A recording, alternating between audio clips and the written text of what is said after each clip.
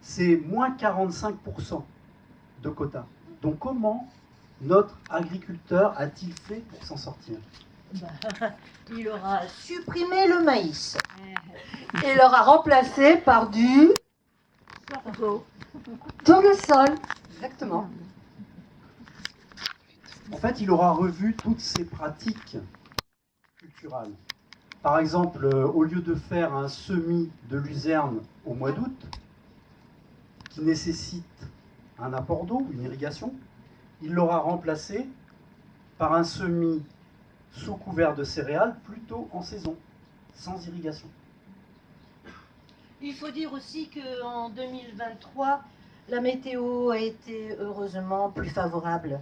Les sols ont été frais pour les semis de colza en fin d'été et la levée s'est faite sans apport d'irrigation. Et cet agriculteur, de son côté, doit s'interroger.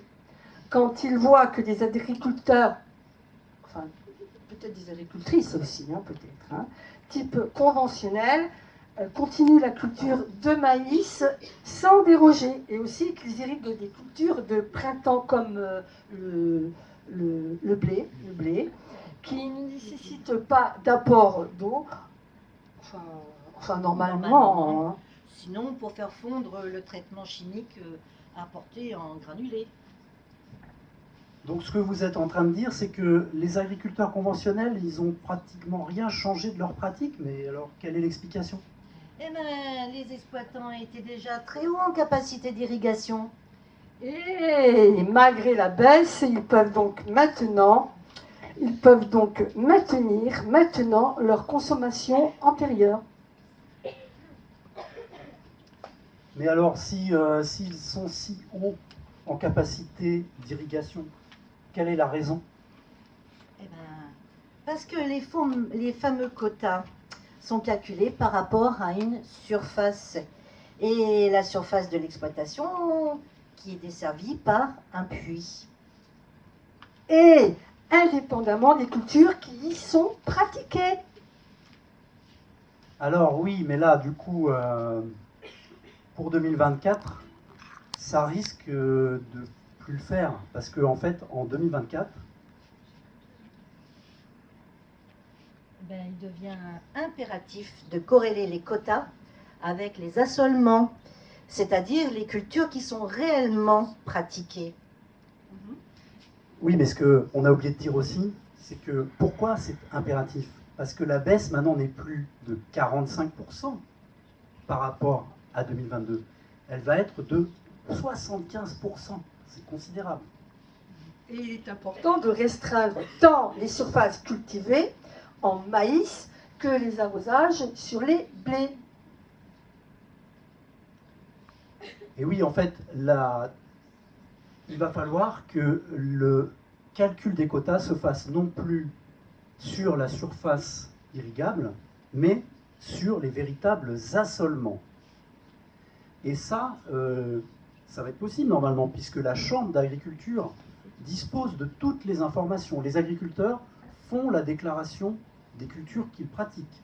Les assolements sont connus par la Chambre d'agriculture. Donc normalement, le changement de logique est possible. Une autre eau existe, c'est celle de l'eau verte. C'est celle de l'eau verte. Alors l'eau verte, qu'est-ce que c'est? L'eau verte, elle est contenue dans les sols et dans la biomasse. Par exemple, ici, vous avez de l'eau verte là à l'intérieur. Ici, on a l'eau bleue, celle qu'on connaît bien. Et là, il y a l'eau verte, celle qu'on ne soupçonne pas en général. Celle qui est sous nos pieds, celle qui est dans l'ensemble de la biomasse et qui a une importance considérable. À savoir que la moitié du volume des puits abonde les eaux vertes. Oui. Et aussi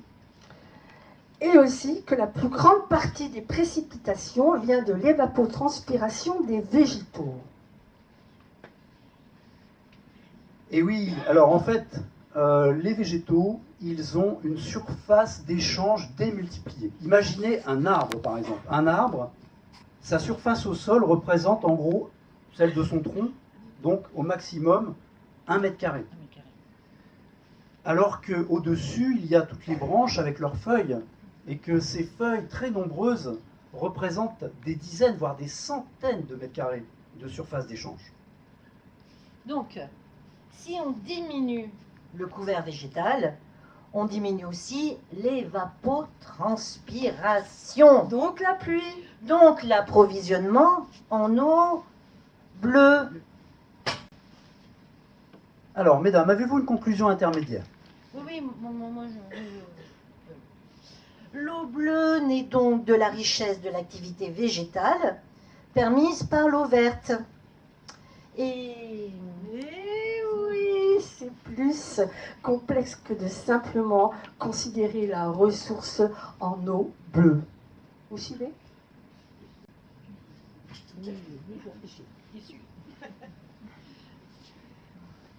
Alors, qu'est-ce qui risque de diminuer le couvert végétal? Eh bien, la vitesse actuelle de la déforestation. Et qu'elle est telle que de nombreux écosystèmes risquent de basculer vers l'aridité. Et oui, alors en fait, on a tous une idée déjà du cycle de l'eau. En fait, quand on a une idée du cycle de l'eau préexistante, elle est bien souvent celle basée sur l'eau bleue, l'eau qui circule, l'eau des rivières qui s'évapore, etc. Ça, c'est l'idée que l'on a apprise en fait à l'école sur le cycle de l'eau. Mais le cycle de l'eau, le grand cycle de l'eau, il est constitué d'une multitude de cycles de l'eau locaux qui sont bien souvent basés essentiellement sur de l'eau verte. Alors on va prendre un exemple. On va prendre l'exemple qui est assez proche de chez nous, celui de la forêt d'Orléans. La forêt d'Orléans, c'est 32 millions d'arbres. Alors, on se rappelle que les arbres fixent chacun 15 à 40 kilos de CO2 par an dans leur bois. Ce qui fait que pour la forêt d'Orléans, qui correspond à peu près à un stockage de la pollution annuelle de 180 000 voitures. Et nous savons que les arbres produisent de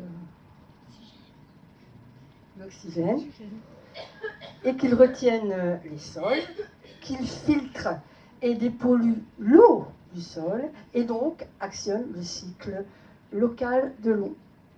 Et ouais, ce sont donc des acteurs essentiels à la vie de la Terre. Ainsi, 1,5 million de mètres cubes d'eau est donc évaporée dans une seule belle journée ensoleillée dans la forêt d'Orléans, ce qui produit des nuages en altitude et qui se déplacent pour alimenter une rivière volante. Oui, rivière volante.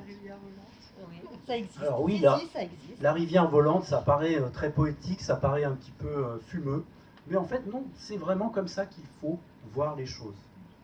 Alors ça, c'était pour tout ce qu'on a pu dire sur l'eau bleue, sur l'eau verte. On va revenir un petit peu à l'eau bleue. Voilà, celle qui coule. Je pense qu'il y a quelque chose dont il faudra convaincre les gens. Il va falloir convaincre les gens de mettre des robinets d'eau bleue partout. En particulier dans les espaces publics, dans les cours d'école. Ben, pour avoir moins chaud, pour pouvoir se désaltérer. Avec en perspective les 50 degrés. Oui, c'est beaucoup 50 degrés. Et savez-vous que la ressource en eau potable de notre secteur de Chartres et de Dreux est menacée? Eh bien oui, il y a eu une lettre récemment qui a été écrite au ministre des Transports. Le ministre des Transports, vous savez qui c'est? Le ministre des Flux. Comment s'appelle-t-il ce ministre des Transports? Clément Beaune. Clément Beaune, voilà. Très bien. Alors, Clément Beaune a reçu une lettre récemment des élus chartrains et de quelques élus euréliens. D'ailleurs, nous en avons quelques-uns, un exemplaire dans la salle, ici, Monsieur Bridet. il a écrit à Clément Beaune une lettre collective. Et dans cette lettre, les élus s'inquiètent du fait qu'il pourrait y avoir la réalisation d'un chantier d'autoroute dans notre département. Et si ce chantier d'autoroute se faisait, eh bien, ça serait une quantité énorme d'eau bleue qui serait utilisée, on pourrait dire gaspillée, et donc le risque, ça serait qu'en période de sécheresse, il pourrait y avoir une rupture sur l'approvisionnement en eau potable dans notre secteur de Chartres ou de Dreux, lié à ce chantier. Et puis ça peut arriver n'importe quand dans l'année, hein. Il y a même des sécheresses en plein milieu de l'hiver. Et qu'un tel chantier consommerait une ressource considérable d'eau bleue. Alors, du coup, on arriverait alors en Beauce, comme à Toulouse par exemple, à faire la grève de la soif, comme ces fameux écureuils qui sont montés dans les arbres pour tenter de défendre ces non moins fameux acteurs essentiels de la vie sur Terre, qui sont les arbres.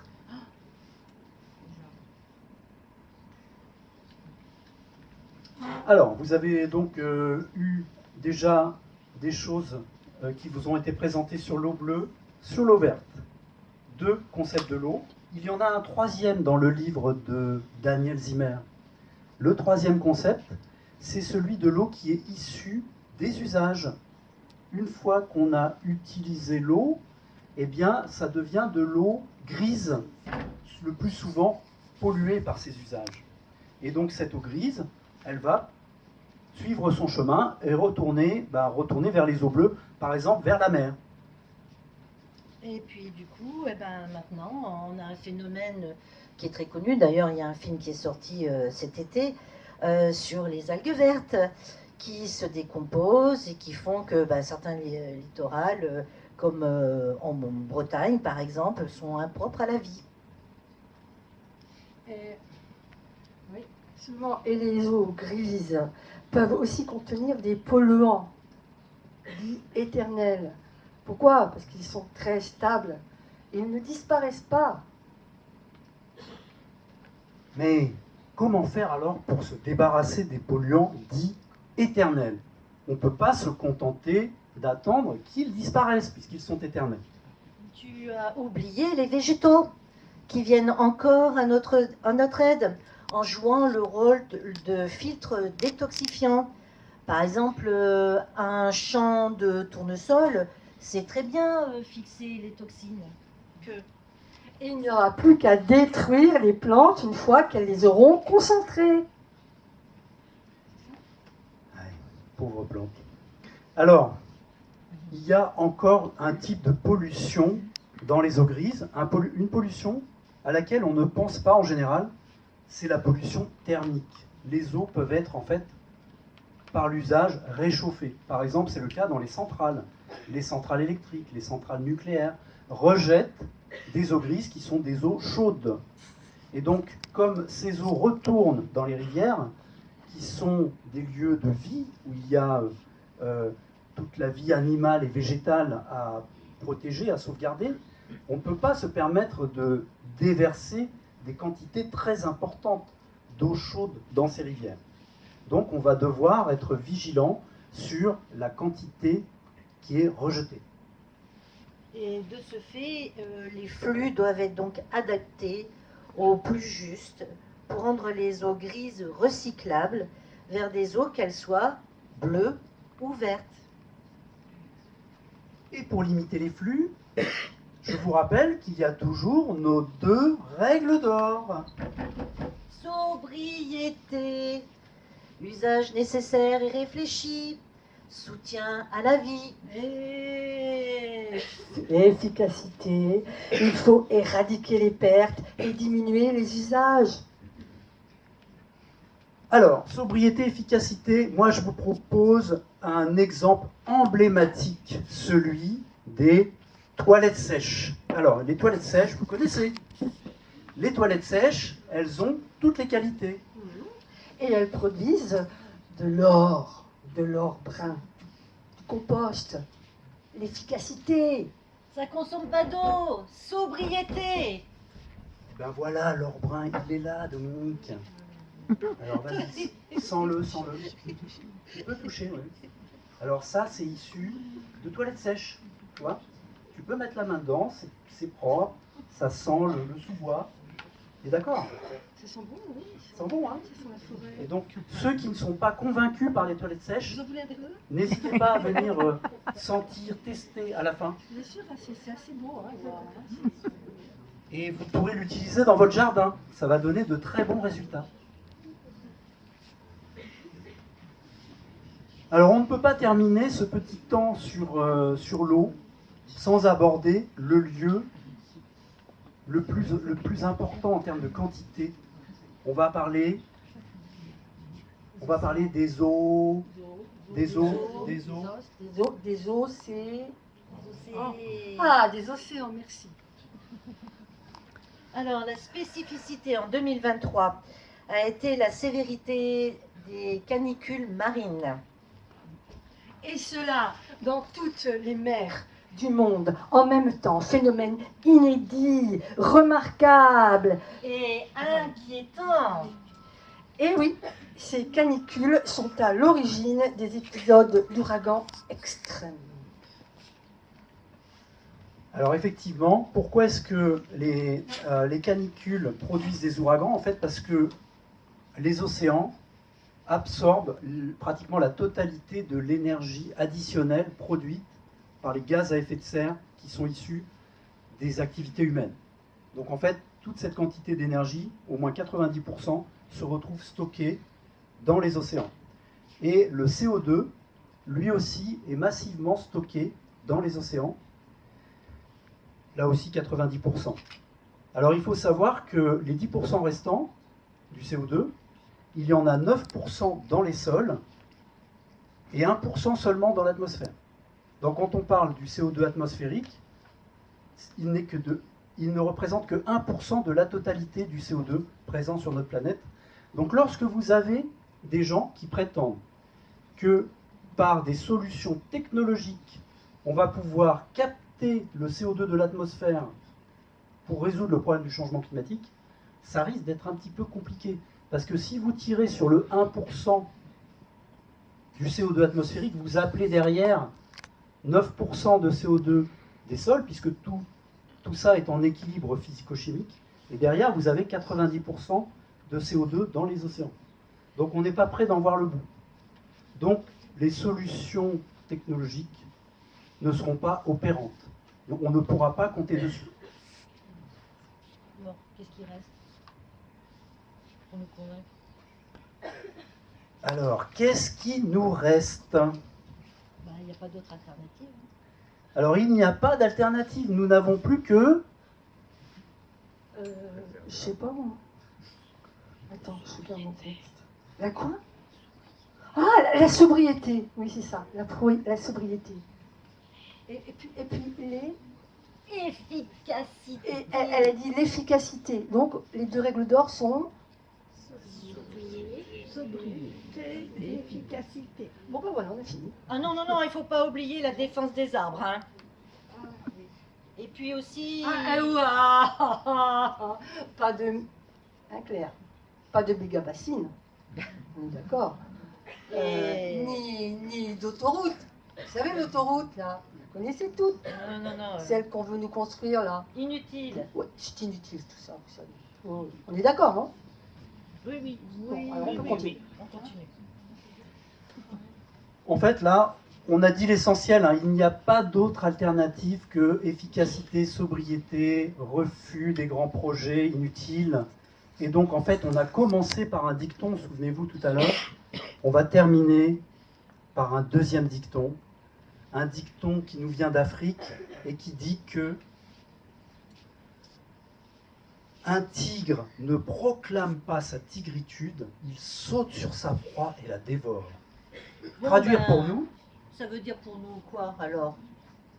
Quoi d'autre? Traduire pour nous, quand on doit sauver sa peau, on sort des discours et... On agit. Alors on agit.